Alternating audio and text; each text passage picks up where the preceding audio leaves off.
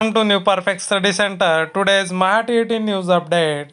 तर आज आपण यामध्ये जी आर बघणार आहोत. तर हा 5 सप्टेंबर रोजी काढलेला जी आर, तर जी आरमध्ये सुधारणा करून नवीन जी आर काढण्यात आलेला आहे. दिनांक आहे 23 सप्टेंबर 2024. स्थानिक स्वराज्य संस्थांच्या 10 व 10पेक्षा कमी पटसंख्या असलेल्या शाळेत डी.एड. बी.एड. अर्हताधारक बेरोजगार उमेदवार यांना कंत्राटी तत्वावर नियुक्त करण्याबाबत. यामध्ये जे काही सेवानिवृत्त शिक्षक होते त्या सेवानिवृत्त शिक्षकांची अट इथं रद्द करण्यात आलेली आहे. आता फक्त 10 किंवा 10पेक्षा कमी पटसंख्या असलेल्या शाळेमध्ये जे काही डी.एड. किंवा बी.एड. अर्हताधारक विद्यार्थी असतील यांना संधी मिळणार आहे. तर पहा, राज्यात 10 व 10पेक्षा कमी पटसंख्या असलेल्या शाळांमध्ये नियुक्त करावयाच्या 2 शिक्षकांपैकी एक शिक्षक हा सेवानिवृत्त शिक्षक नियुक्ती करावयाची तरतूद करण्यात आली आहे. यानुसार कमी पटसंख्या असलेल्या सर्वच शाळांना सेवानिवृत्त शिक्षक उपलब्ध होतील असे नाही. तसेच राज्यात डी.एड. व बी.एड.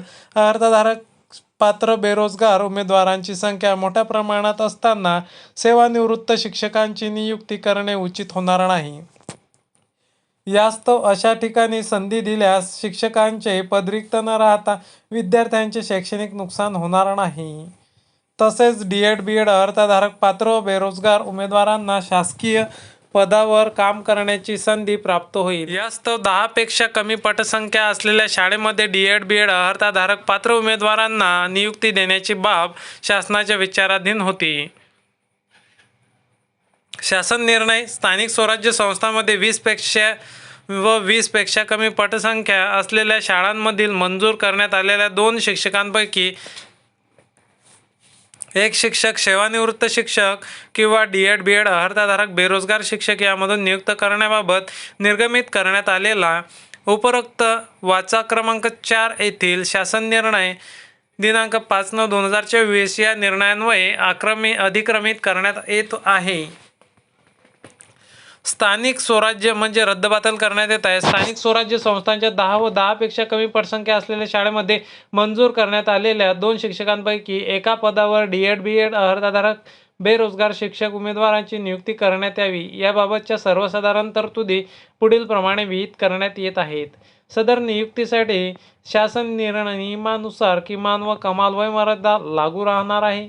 डी.एड. बी.एड. अर्हताधारक बेरोजगार उमेदवारांना करार पद्धतीने कंत्राटी तत्वावर नियुक्ती देण्यात आल्यामुळे संबंधितास शासनाच्या कोणत्याही संवर्गात सेवा समावेशनाचे सामावून घेण्याचे व नियमित सेवेत इतर कोणतेही लाभ मिळण्याचा अधिकार हक्क नसणार. जर माझ्या मताचा जर विचार केला तर शासनाने ही जी संख्या केलेली आहे 10 किंवा 10पेक्षा कमी पटसंख्या, याच्यामध्ये आणखी 10 वाढवून याच्यामध्ये 30 किंवा 30पेक्षा कमी पटसंख्या असलेल्या शाळांमध्ये हे जे काही डी.एड. किंवा बी.एड. धारक प्रशिक्षणार्थी आहेत किंवा कॅन्डिडेट आहेत यांना संधी द्यायला पाहिजेत होती आणि सर्वांनाच समान संधी मिळालेली असती आणि जवळपास गावाच्या जवळच त्यांना शाळेमध्ये रुजू होता आले असते.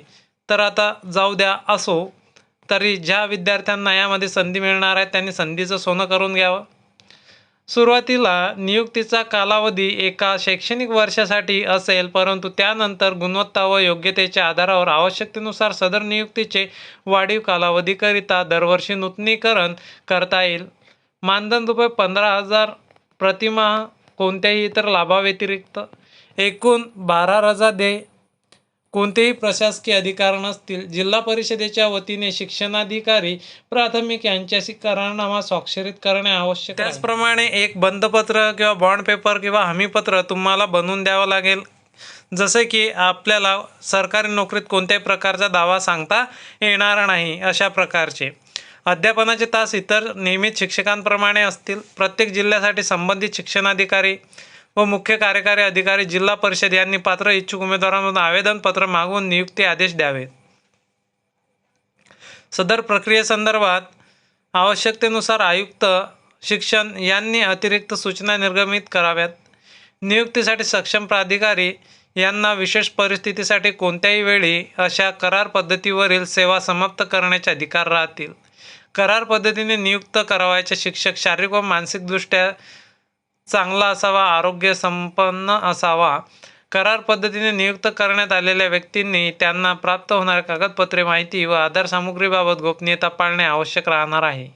करार पद्धतीने नियुक्त करण्यात आलेल्या व्यक्तींना त्यांच्यावर सोपवलेले कामकाज निश्चित केलेल्या कालावधीत पूर्ण करणे आवश्यक राहील.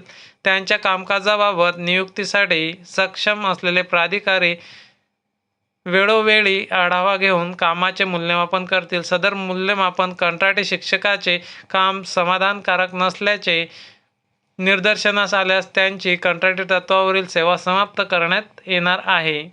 शाळेची पटसंख्या 10 पेक्षा जास्त झाल्यास कंत्राटी तत्त्वावरील नियुक्ती करण्यात आलेली डी.एड. व बी.एड. अर्थात कंत्राटी शिक्षकाची सेवा ही नियमित शिक्षकांची नियुक्ती होईपर्यंत सुरू राहील. नियमित शिक्षकांची नियुक्ती झाल्यानंतर कंत्राटी शिक्षकाची सेवा आपोआप संपुष्टात येणार आहे. करार पद्धतीने नियुक्त करण्यात आलेली व्यक्ती सोपविलेली सेवा पार पाडण्याच्या कामात व्यत्यय निर्माण होईल अशा कोणत्याही व्यावसायिक कामात गुंतलेली नसायला पाहिजे. करार पद्धतीने नियुक्त करण्यात आलेल्या व्यक्तीने गुंतलेले हितसंबंध जाहीर करणे आवश्यक राहील. 10 व 10 पेक्षा कमी पटसंख्येच्या स्थानिक स्वराज्य संस्थांच्या शाळांमध्ये कार्यरत 2 नियमित शिक्षकांपैकी एका शिक्षकाची प्राथम्याने जास्त पटसंख्या असलेल्या शाळेत समुपदेशनाने बदली करण्यात येईल. त्याचप्रमाणे यामध्ये दोन्ही नियमित शिक्षकांची इच्छुकता घेण्यात यावी. जर दोन्ही शिक्षक बदलीने जाण्यास इच्छुक असतील तर सेवाज्येष्ठता शिक्षकास प्राधान्य द्यावे किंवा तसेच दोन्ही नियमित शिक्षक बदलीने जाण्यास इच्छुक नसल्यास सेवा कनिष्ठ शिक्षकाची बदली करण्यात यावी. तथापि कंत्राटी शिक्षक मिळेपर्यंत नियमित शिक्षकाची बदली करण्यात येऊ नये. कंत्राटी तत्त्वावर नियुक्त झालेल्या अशा शिक्षकांवर लगतचे नियंत्रण केंद्रप्रमुखाचे असेल. त्यानंतर गट शिक्षण अधिकारी व शिक्षणाधिकारी प्राथमिक यांचे नियंत्रण असेल. तर आपण संपूर्ण जो काही GR आहे तो व्यवस्थितरित्या पाहिलेला आहे. सदर शासन निर्णय तरतुदी केवळ स्थानिक स्वराज्य संस्थांच्या शाळांना लागू राहणार आहेत.